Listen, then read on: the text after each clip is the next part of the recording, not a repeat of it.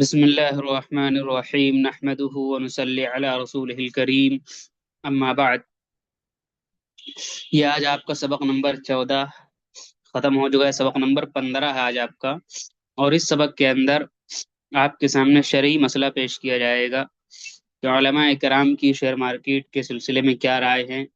جو کچھ بھی بیان کیا جائے گا اس میں ہماری کوئی بھی رائے نہیں، یہ سب علماء کی رائے ہوں گی اور ان کے ذکر کردہ مسائل ہوں گے۔ لہذا کسی کو کسی مسئلے سے اختلاف ہے تو جن عالم کا مسئلہ بتایا جائے اور جن کے حوالے سے بات نقل کی جائے ان سے رابطہ کر کے اپنے اشکال کو ضرور حل کریں۔ بہرحال سب سے پہلے نمبر کی چیز دیکھیے، جو پریزنٹیشن میں نے آپ کے سامنے تیار کیا اس میں بہت ساری ایسی بھی چیزیں ہیں جو پہلے آ چکی ہیں، اس لیے ہم ان چیزوں کو نظر انداز کر کے آگے بڑھیں گے۔ ان چیزوں کو کیا کریں گے؟ نظر انداز کر کے آگے بڑھیں گے۔ جیسے پہلی آیت فَإِذَا قُضِيَتِ الصَّلَاةُ فَانتَشِرُوا فِي الْأَرْضِ وَابْتَغُوا مِن فَضْلِ اللَّهِ۔ اس آیت کریمہ کے اندر باقاعدہ رزق حلال تلاش کرنے کی فضیلت اللہ تعالیٰ خود گویا کہ اس کے لیے ایک ترغیب دے رہا ہے۔ اسی طرح دوسری آیت جو ہے یا ایھا الذین آمنوا ادخلوا فی السلم کافہ، میں ان باتوں کو جلدی جلدی بڑھ کر کے آگے بڑھتا ہوں جو اصل سبق ہے، تاکہ جو اصل چیز سمجھنے کی اس پر آپ فوکس کریں۔ یا ایھا الذین آمنوا ادخلوا فی السلم کافہ، ایمان والو اسلام میں مکمل طریقے سے داخل ہو جاؤ۔ تو ایسا نہیں ہے کہ صرف نماز روزے کا اسلام نام ہے، تجارت اور بہت ساری جو چیزیں اس میں بھی اسلام ہمیں رہنمائی کرتا ہی ہے۔ تو ظاہر سی بات ہے شیئر مارکیٹ میں کیوں رہنمائی نہیں کرے گا؟ جو بھی حلال حرام ہوگا اس کی رہنمائی ضرور کریں گے علماء۔ آگے لکھا شیئر مارکیٹ کا سبب وجود، یہ سب آپ کو بتا دیا کیسے وجود ہوا، اس کے فوائد کیا ہیں میں نے آپ کو بتا دیا، فنڈ فراہمی، قلیل الآمدنی کی شرکت، انتظار، یہ ساری چیزیں میں نے آپ کو پہلے سبق کے اندر بتائی تھیں۔ اس کے بعد میں تیسرے نمبر پہ جو چیز ہے وہ یہ جدید مالیاتی ادارے، یعنی دنیا کے اندر اس وقت جو مالیاتی جو ادارے پائے جاتے ہیں وہ تین پائے جاتے ہیں، ایک بینک اور دوسری انشورنس کمپنیز اور تیسری شیئر مارکیٹ۔ انشورنس کمپنیز اور بینک ان کی اصل ہی حرام ہے، یعنی ان کی پیدائشی حرام کے اوپر ٹکی ہوئی ہے، یعنی جسے خنزیر حرام لعینہ ہے، تمہاری بات وہ پیدا ہی حرام ہوا۔ تو بینک اور انشورنس کمپنیز آج کے زمانے کی جتنی بھی یہ سب بنیاد ہی ان کے حرام ہے، کوئی تحقیق کرنے کی ضرورت ہی نہیں ہے۔ اسی وجہ سے فائننس وغیرہ کی، انشورنس وغیرہ کی، بینک وغیرہ جتنی بھی کمپنیز آپ کو یا جتنے بھی شیئر آپ کو ملیں گے آل ٹوٹل حرام، ان کی طرف آنکھ اٹھا کر دیکھنا ہی نہیں۔ بینک سیکٹر کے ہو گئے، انشورنس فائننس وغیرہ، سمجھ رہے؟ آل ٹوٹل کیا ہے؟ یہ سب حرام کے اندر، بغیر کسی شرط کے، بغیر کسی شک و شبے کے، بغیر کسی گفتگو کے، بغیر کسی سوال کے، بغیر کسی محادثے کے، آل ٹوٹل حرام۔ جیسے خنزیر ہوتا ہے کتنا بھی پاک صاف کر لو حلال نہیں ہو سکتا، ویسے یہ بھی ہیں جو موجودہ زمانے کے اندر جتنے بھی پائے جائیں سب حرام کی بنیاد ہی حرام پر ان کی۔ باقی شیئر مارکیٹ جو ہے یہ تیسرا ادارہ ہے، یہ حرام لذات ہی نہیں ہے، یعنی اس کی بنیاد اور جڑ حرام پر نہیں ٹکی ہوئی، یعنی ایسا نہیں کہ پیدا ہی حرام، شیئر مارکیٹ کا وجود ہی حرام، ایسا نہیں، بلکہ ایک پارٹنرشپ اور شرکت کی تجارت اور بزنس ہے، سمجھ میں آئی؟ تو کہیں نہ کہیں یہ پارٹنرشپ جائز ہوا کرتی ہے۔ یہ الگ بات ہے کہ حرام لغیر ہی ہو جاتا ہے، لغیر ہی کا مطلب ہے کہ دوسری علتوں کی وجہ سے، دوسری خرابیوں کی وجہ سے حرام ہو جاتا ہے۔ جیسے مثال کے طور پر ہمارے پاس ہمارا ایک بکرا ہے، حلال ہے، کھانا بھی حلال ہے، لیکن ایک دوسرے کا چرایا ہوا بکرا ہے، یہ سود کا بکرا ہے، تو وہ کیا ہے؟ بکرا تو حلال ہے اپنی ذات کے بس کھانا حلال، لیکن جو حرمت اس کے اندر آ گئی وہ دوسری خرابی، یعنی سود کی وجہ سے آ گئی۔ وہ خرابی نہ ہوتی تو جائز ہوتا وہ بکرا کھانا، لیکن خنزیر کسی بھی قسم، کسی بھی صورت میں جائز نہیں ہو سکتا ہے، لیکن بکرا کیا ہے؟ حلال ہے۔ لیکن اگر سود کا بکرا تو کیا؟ حرام۔ تو ایسے اس میں شیئر مارکیٹ اپنی ذات کی وجہ سے تو حلال تھا، لیکن جو خرابی آتی ہے وہ دوسری وجہوں سے آتی ہے، لہذا وہ خرابیاں اگر دور ہو جائیں اور وہ خرابیاں جو شرائط علماء نے بیان کی اس کے مطابق اگر کام کرے انسان تو کیا ہوگا؟ جائز ہوگا کام کرنا۔ وہ کون سی خرابی ہو سکتی ہیں، کس طرح ان سے بچ سکتے ہیں، وہ تفصیل آگے آ رہی، لیکن کہنے کا مقصد کیا کہ بنیادی طور پر اور اپنی اصل کے اعتبار سے شیئر مارکیٹ حرام نہیں ہے، بلکہ اس میں تفصیل ہے، وہ شرائط اگر ہیں تو پھر جائز اور شرائط نہیں تو پھر ناجائز۔ چوتھے نمبر پہ جو چیز ہم نے ذکر کی وہ شیئر مارکیٹ کی لغوی اور اصطلاحی تعریف اور کیسے کام کرتی ہے، سبق نمبر 1 کے اندر تفصیل سے چیز آ چکی ہے، اس پر مزید میں گفتگو نہیں کروں گا۔ 5ویں نمبر پر ہم نے محل انویسٹمنٹ بیان کر دیا، future and option, mutual fund, equity share وغیرہ، ان کی تفصیل بھی میں نے مکمل کر دی تھی سبق نمبر 2 کے اندر۔ اکویٹی پہ میں نے وہاں وعدہ کیا تھا سبق نمبر 2 کے اندر، یہ سب بیان ہو گیا تھا کہ اسی میں ہم کو کام کرنا ہوتا ہے، اور اس کے اوپر انشاءاللہ سبق نمبر 15 کے اندر آپ کے سامنے بات کی جائے گی، تو اسی کی بات یہاں سے اب شروع ہونے جا رہی ہے۔ بہرحال تو اس شیئر مارکیٹ کے اندر کسی بھی شیئر کو خریدنا حلال ہے یا حرام ہے، اس کو سمجھنے سے پہلے 2 مسئلے آپ سمجھ لیجئے، انشاءاللہ گفتگو آپ کو سمجھ میں ضرور آئے گی اور آسان ہوگی آپ کے لیے، سمجھنا آسان ہوگا آپ کے لیے۔ مسئلہ نمبر 1، آپ علیہ الصلوۃ والسلام نے 6 چیزوں کا ذکر حدیث کے اندر فرمایا کہ ان 6 چیزوں کو 6 چیزوں کے عوض میں برابر سرابر بیچو، کمی بیشی جائز نہیں، وہ سود کہلائے گا، حرام کہلائے گا۔ کھجور کھجور کے بدلے میں، سونا سونا کے بدلے میں، چاندی چاندی کے بدلے میں، وغیرہ وغیرہ آپ نے پڑھا ہوگا۔ تو علماء نے، امام حنیفہ رحمۃ اللہ علیہ نے جو اس سے علتیں نکالی، اور علتوں سے پھر ایک مسئلہ نکلا۔ مسئلہ وہ سمجھیے گا، مسئلہ کیا ہے؟ مسئلہ یہ ہے کہ کرنسی کو کرنسی کے عوض میں برابر سرابر ہی بیچنا ضروری ہے، کمی بیشی کرنا جائز نہیں ہے۔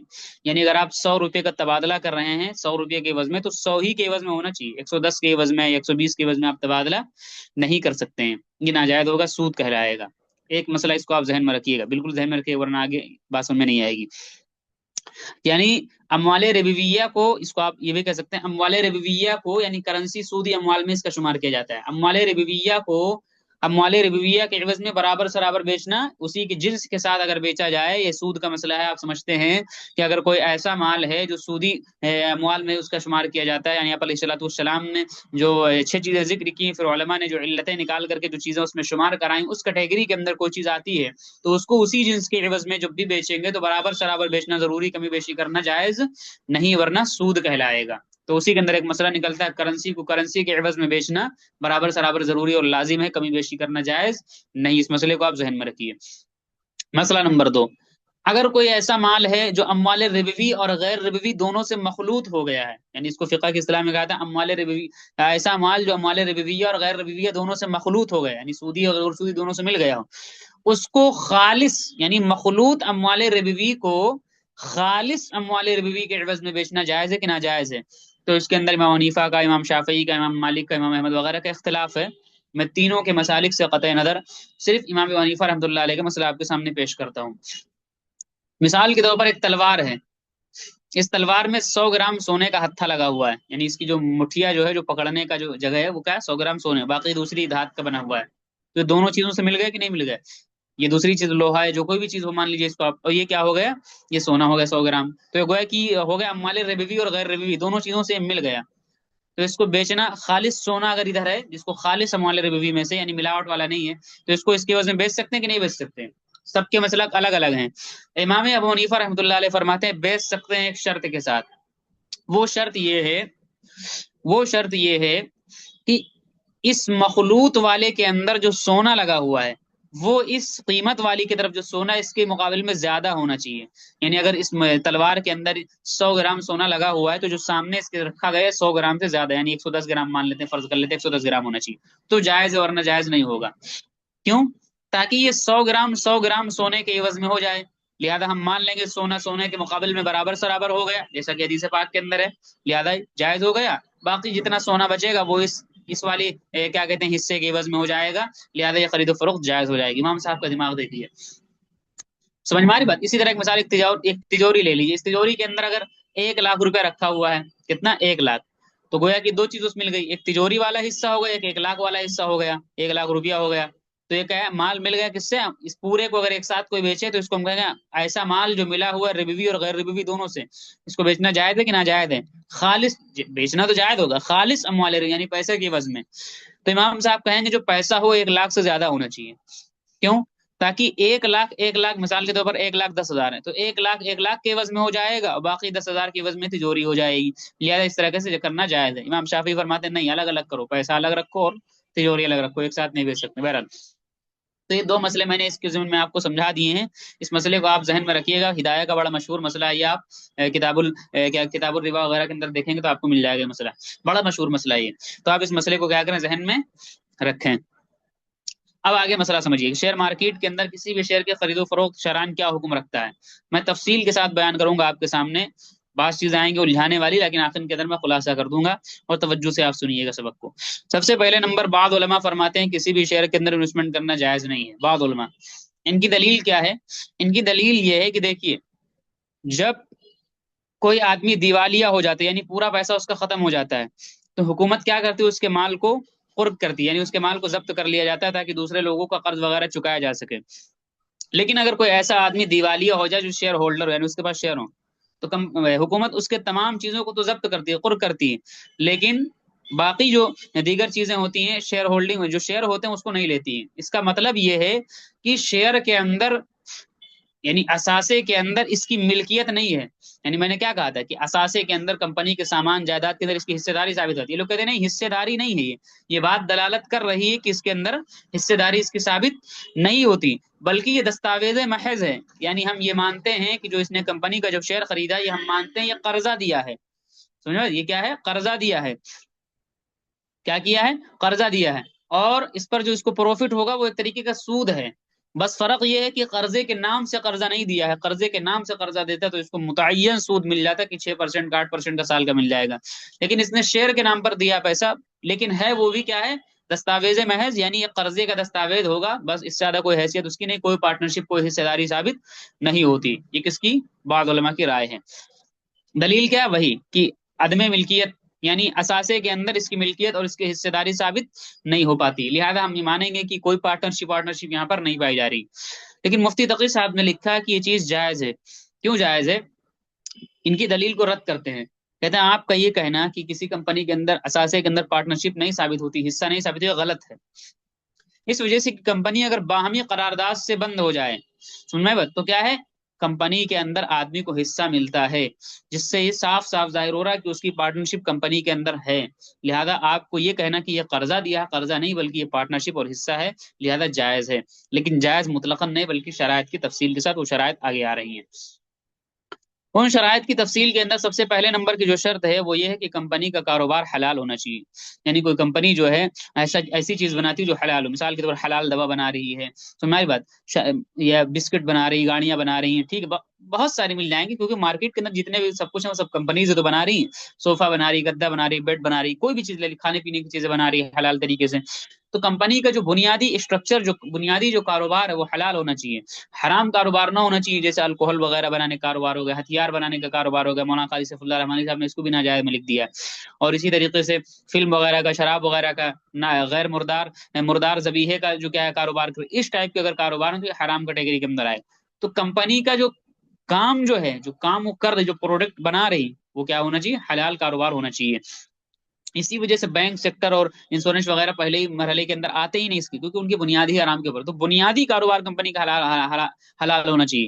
یہ الگ بات ہے کہ اس کے بعد کچھ اور شرائط ہے جو کہ کچھ حرام کام میں ملوث ہوگی تو الگ مسئلہ ہے. لیکن بنیادی جو کام ہے وہ کم از کم کیا، یعنی جیسے ہوتا نہیں کہ ایک آدمی کم از کم پہلے کلمہ پڑھ کے مسلمان ہونا چاہیے. یہ الگ بات ہے بعد میں وہ گناہ بہت سارے کرے گا تو اس کو اس کا گناہ ملے گا، یا اس میں جو بھی خرابی ہوں گی وہ چیز الگ ہے، لیکن کم از کم کلمہ پڑھ لیا تو مسلمان تو ہے. تو کم از کم بنیادی کاروبار کمپنی کا کیا ہونا چاہیے؟ حلال ہونا چاہیے، حلال چیز بنانی چاہیے. دوسرے نمبر کی چیز کہ آپ کو ایسی کمپنیز تو ملیں گی کہ بنیادی کاروبار حلال ہوگا. یعنی ایسی بہت سی ملیں گی جیسے بنیادی کاروبار ان کا حلال ہے. جیسے مثال کے طور پر کیا بنا رہی؟ بسکٹ بنا رہی، کھانے پینے کی چیز بنا رہی، بیڈ بنا رہی، گدا بنا رہی، سیمنٹ کی کمپنیز ہو گئی، اس ٹائپ کی جتنی بھی تو بنیادی کاروبار کے حلال نظر آئیں گی. لیکن کہیں وہ 100% حلال ہو ایسی آپ کو نہیں ملتی، کچھ نہ کچھ حرام کام میں ملوث ہوتی ہیں. مثال کے طور پر کمپنیز کے پاس آج کل کچھ بجٹ رکھا ہوا ہوتا ہے، لاکھوں کروڑوں، کئی ہزار کروڑ روپے ان کے پاس ریزرو میں رکھے ہوتے ہیں. تو کمپنی کیا اپنے جیب میں رکھتی؟ نہیں، اس کو اٹھا کے بینک میں رکھتی، ورنہ ڈاکہ پڑ جائے گا. تو بینک میں جب رکھتی تو ہوتا کیا ہے؟ بینک میں رکھنے کی وجہ سے کیا سود لینا دینا ہوتا رہتا. تو اس طریقے خرابیوں کے اندر کمپنی ملوث ہوتی ہے. یعنی کام تو حلال ہے لیکن ان خرابیوں کے اندر ملوث ہوتی ہے.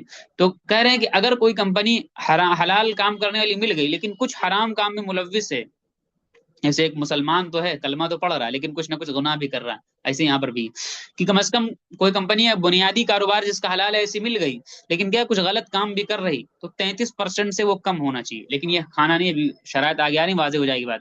اس کا حرام کام میں تلوث کتنا ہونا چاہیے؟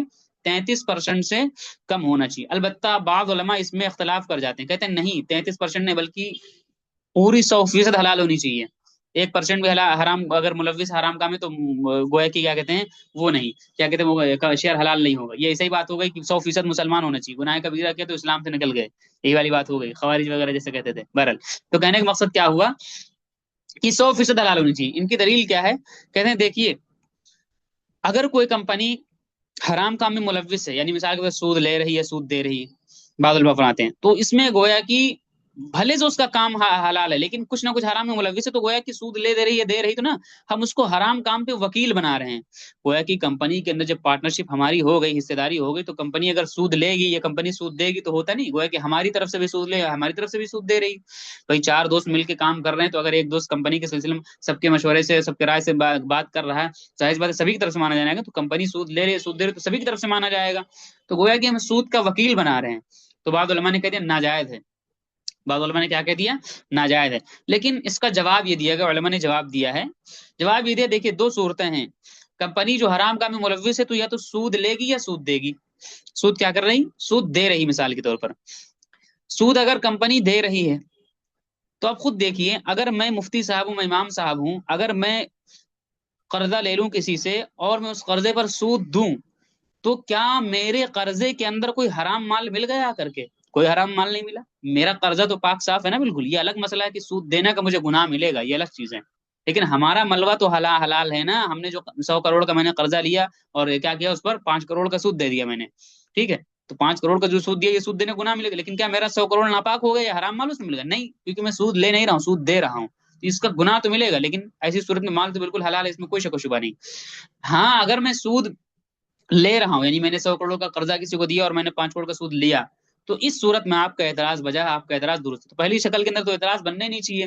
دوسری شکل کے اندر آپ کا اعتراض بجا ہے جب کمپنی سود لے رہی ہو، کمپنی چونکہ سود لیتی بھی ہے قرضہ پیسہ رکھ کر کے، تو ان کا اعتراض بجا ہے، تو اس کا جواب دے دیا گا دونوں صورتوں کا، چاہے سود لے چاہے سود دے۔ پہلی شکل میں تو اعتراض ہی نہیں بنے گا، دوسری صورت میں اعتراض بنے گا، سود دے یا سود لے، دونوں صورتوں کا یہ حل نکالا گیا ہے کہ ہمیں کیا کرنا ہے۔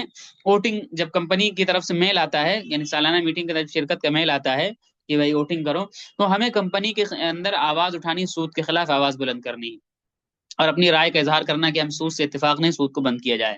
یہ الگ مسئلہ ہے کہ آپ کی رائے پر عمل ہو کہ نہ ہو، کیونکہ جمہوریت میں فیصلے سر کی تعداد پر ہوتے ہیں۔